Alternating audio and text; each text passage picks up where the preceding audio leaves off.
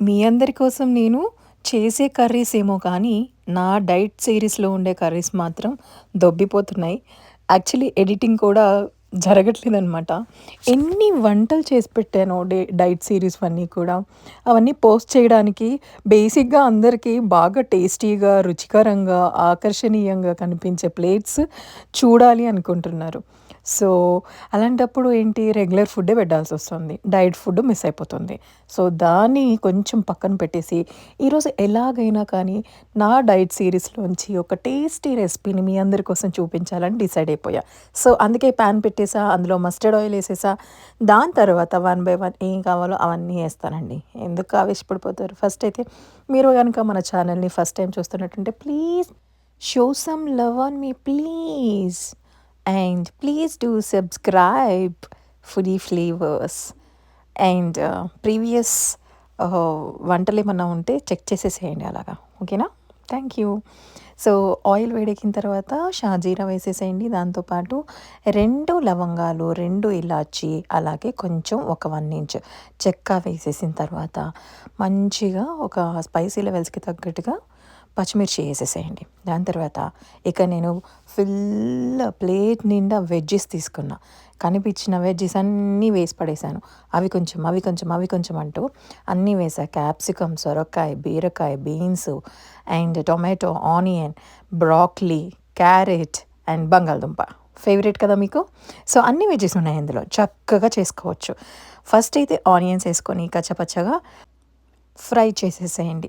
Seriously guys, నా favourite dish ఇది. Entire డైట్‌లో ఎప్పుడు ఇలా ఈ కర్రీ వస్తదా తిందామా అని అనుంటా. అంటే ఇదే ప్రాసెస్‌లో చేయను. ప్రాసెస్ చేంజ్ చేస్తూ అలా కుక్ చేసుకుంటూ ఉంటా అనమాట. ఇంట్రెస్టింగ్‌గా ఉండాలి కదా మనం తినే బోరింగ్ ఫుడ్‌ని.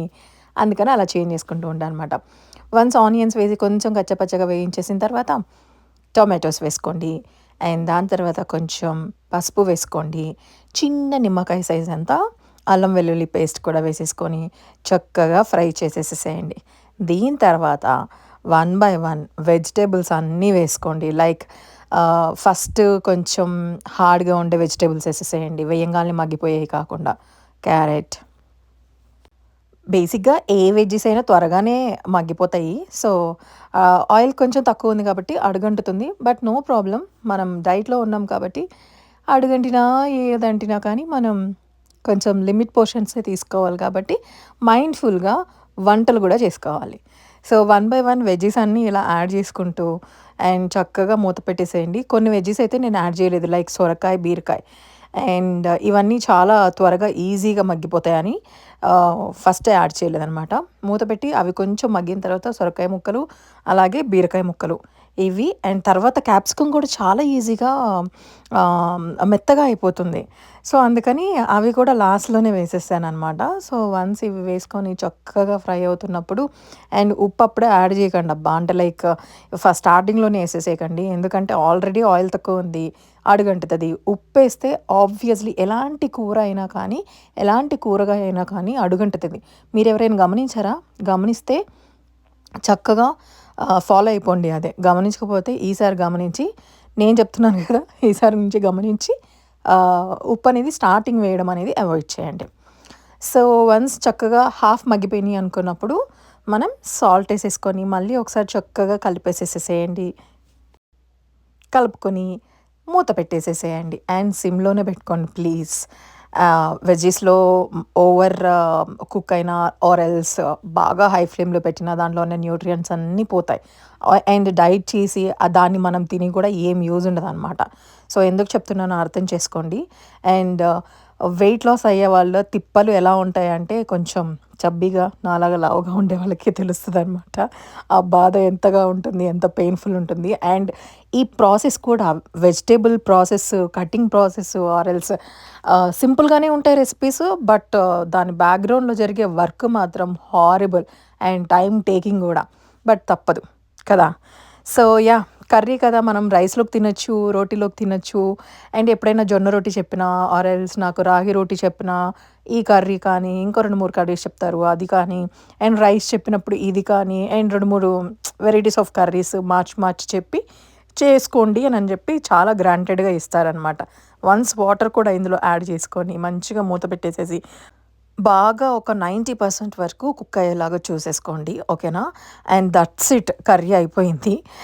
దీంట్లోకి జస్ట్ మనకి నోటికి కొంచెం రుచిగా ఉండాలి కాబట్టి ఫైనల్‌గా మనం ధనియాల పౌడర్ అండ్ కొత్తిమీర ఈ 2 వేసేసుకోవడమేనమాట. సో, కర్రీ బావుంటుందా అంటే యూజువల్‌గా మనకి డైటీషియన్స్ ఇంత తినండి, ఇది తినొద్దు, అది తినొద్దు అని చెప్తారు కదా! వాటన్నిటితో కంపేర్ చేస్తే 1000% టేస్టీగా ఉంటుంది. ఎందుకంటే మసాలాస్ ఉన్నాయి అండ్ మసాలా అల్లం వెల్లుల్లి పేస్ట్ ఉంది. సో, హ్యాపీగా లోపలికెళ్ళిపోతుందనమాట. అండ్ ఇందులో ఇంట్రెస్టింగ్ పార్ట్ ఏంటంటే బంగాళదుంప. సో, మీకు అక్కడెక్కడ కూడా అన్ని బోరింగ్ కూరగాయల మధ్యన ఒక ఇంట్రెస్టింగ్ కూరగాయ ఉంది కదా! సో, అందుకని ఈజీగా అట్లనే తినేసేయొచ్చు. సో, ఇంకెందుకు ఆలస్యం? మీరు కూడా మీ ఇంట్లో ట్రై చేయండి. ట్రై చేసి ఎలా ఉందో చెప్పండి. అండ్ ఈ వీడియో నిజంగా మీకు హెల్ప్ అయితే మాత్రం నాతో చెప్పండి. అండ్ మోర్ వీడియోస్ కానీ ఆర్ ఎల్స్ ఎవరైనా ఇంట్రెస్టెడ్ ఉన్నారు అనంటే నాకు ఈజీగా ఓకే. ఇంట్రెస్టెడ్ ఉన్నారు కాబట్టి ఇంకొంచెం పుష్ చేసి మంచిగా వీడియోస్ అన్నీ తీయొచ్చు. నాలాంటి వాళ్ళకి కొంచెం హెల్ప్ అవుతుంది అని నాకు తెలుస్తుందనమాట. ఓకేనా? సో, వీడియో చూస్తే మాత్రం ఖచ్చితంగా నాతో చెప్పండి. అలాగే మీ ఇంట్లో ట్రై చేయండి తప్పకుండా. సో, ఇది నా డైట్ సీరీస్‌లో ఇంకొక రెసిపీ అనమాట. తప్పకుండా ఈ వీడియో మీకు హెల్ప్ అవుతుంది అనుకుంటున్నాను. ఇఫ్ ఇన్ కేస్ హెల్ప్ అయింది అనంటే do let me know and try this recipe and subscribe to Foodie Flavours. Bye.